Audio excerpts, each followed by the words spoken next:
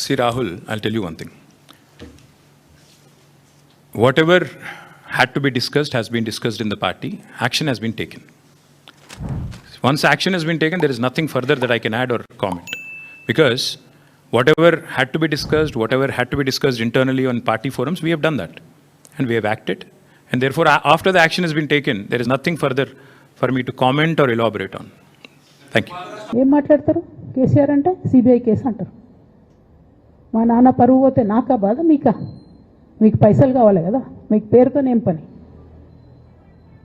ఇంకా కూడా ఈ విషయాలు అర్థం చేసుకోకుండా, ఇంకా కూడా ఇటువంటి వ్యక్తుల్ని దూరం పెట్టుకోకుండా ఉంటే కేసీఆర్ గారి మీద సిబిఐ కేసు వేసేటటువంటి స్థాయికి వచ్చినాక ఏం పార్టీ ఉంటేంది పోతుంది.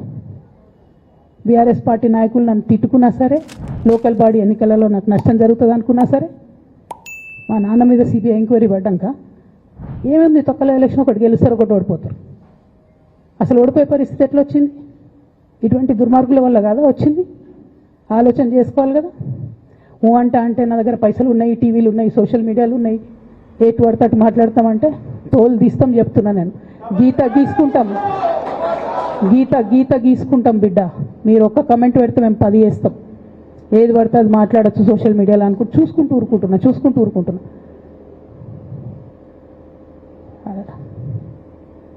పెద్ద సార్ దగ్గరకు వచ్చినాక ఇక కాంప్రమైజ్ అయ్యేది ఏం లేదు. ఘోష్ కమిషన్ వేసిన రోజే నేను చెప్పిన, ఎందుకు రియాక్ట్ కాలేదు పార్టీ అని అడిగిన ఆ రోజునే.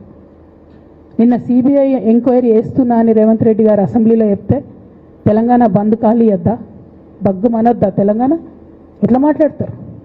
నిజంగానే మనిషి అవినీతి అయితే, నిజంగానే మనిషి డబ్బులు తినోడైతే వేరు మాట. ఆయనకు తిండి మీద కూడా ధ్యాస ఉండదా బాబు?